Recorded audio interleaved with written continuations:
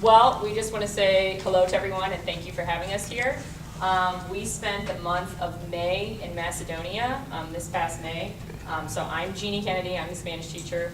I'm just going to talk a little bit about the area that we were in.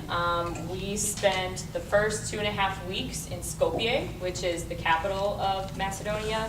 That kind of became our home base.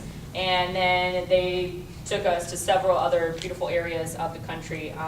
The area of Skopje that we were in was called Kapistec, and we had the opportunity to hook up with Igor Andrevsky, I don't know how to say his last name, and Lazar. They were two of the Rotarians there that took care of us. Igor was the organizer, and we had the opportunity in Skopje to visit a lot of different industries there. We visited some schools, language institutes, we visited international schools, special ed schools. We toured breweries, we went to T-Mobile, which is the biggest cell phone provider there, and we also did some sightseeing. Skopje is known for its monuments. For those of you, probably like me, I didn't know a whole lot about Macedonia before I actually applied for the trip, but most people know the Alexander the Great statue, which is down in the city center. If you've ever seen a monument with a guy on a horse, and he's kind of, the horse is rearing up like this, and he's got something in his hand, that's the Alexander the Great monument, and that's what Macedonia is most closely tied to, is Alexander the Great. That's one of the most famous people that came from Macedonia. So we had an incredible time there. We learned some of the language, we got to know the people, the customs, and it was just a life-changing experience. So. To kind of like play off of what Jeannie was starting to introduce with the Alexander the Great, I think one of the most interesting things about visiting Macedonia for myself was to see a group of people that were trying to carve out a country out of such a war-torn area. Many of you know that the Balkan area in the early 90s was having a lot of issues. In Bosnia, they were part of the former Yugoslavia, and to kind of see this development in that country. Their economy is very stagnant. They don't have a lot. The people there is about 32% unemployment. And so when you hear, our 9-8% here, we're like, oh, that's horrible. But then you go there and see how these people are living. I think one of the things that struck me the most was the fact that many of those people in their agricultural way of dealing with things is, I kind of made the joke of, that they were actually out there hoeing with actual hoes. The tractors were being more used as transportation on actual streets than actually being used in the fields. There's a lot of opportunity in Macedonia,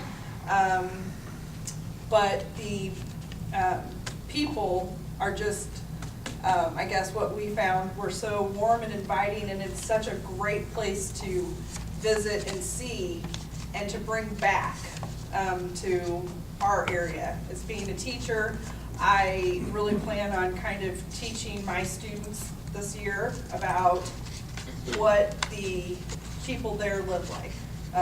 Their impression of what the United States is. When we met people, they thought we all had tons of money. Which we do have tons of money considering they live on $300 a month. And that's not comfortable, So, things like that are just very interesting, that I would like to bring to, the classroom and things. The experience was above and beyond. The automation in factories has so much further to go.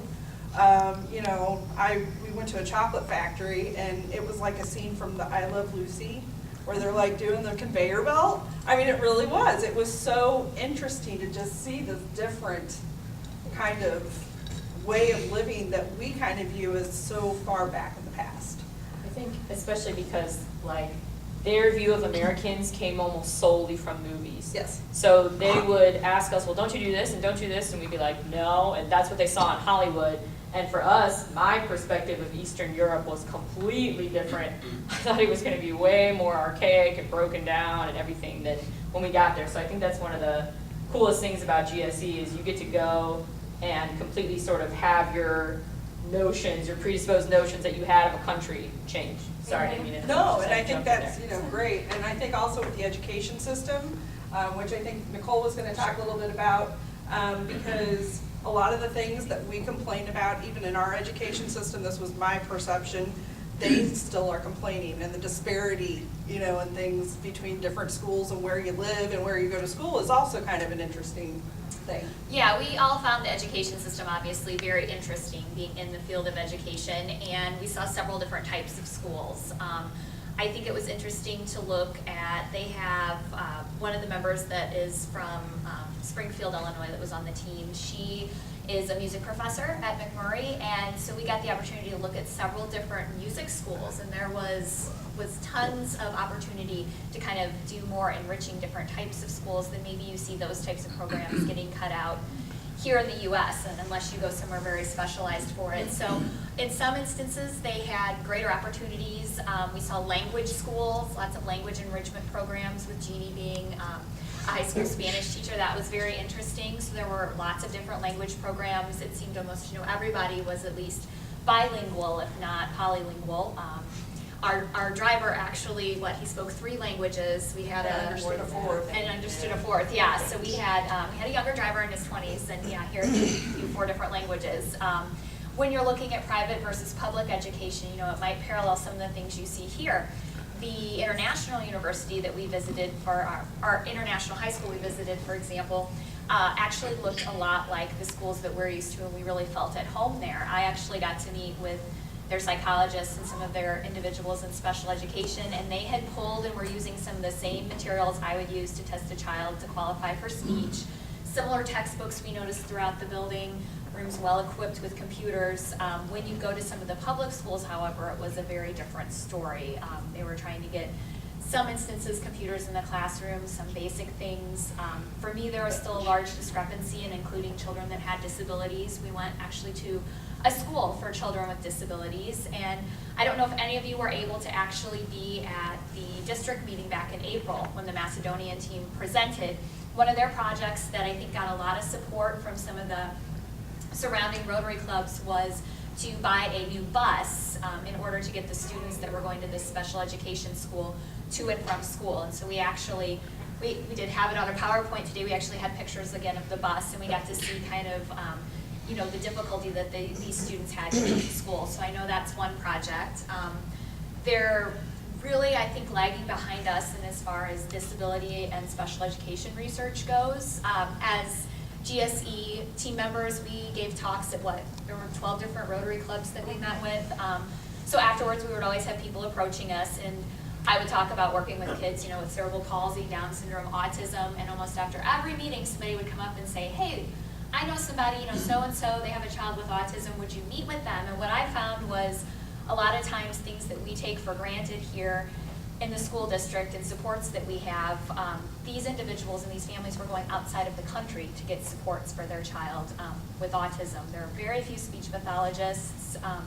Lots of these people were getting their information from friends of friends who worked for the U.S. Embassy that might have had a wife come over with them who was an occupational therapist.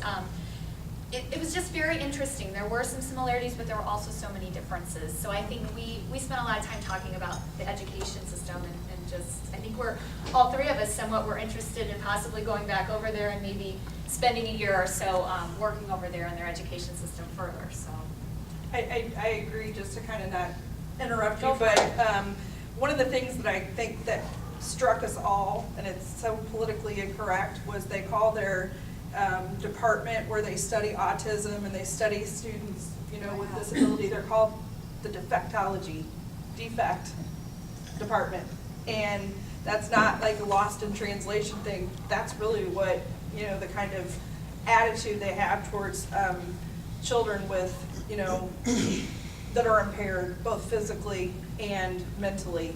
And I know as a teacher and in my school, having those students that would be displaced and taken to the special primary school where we went and visited with the bus.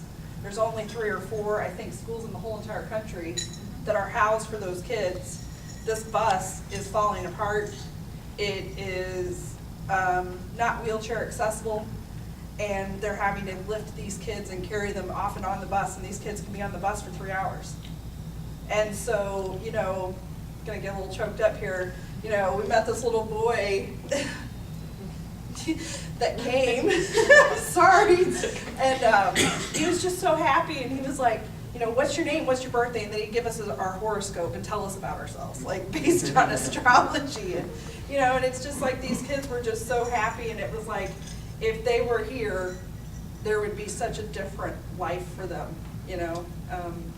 So it just really touched me, and I really hope that we can all do something to help, you know, with this bus and with these kids and, you know, at this particular school. So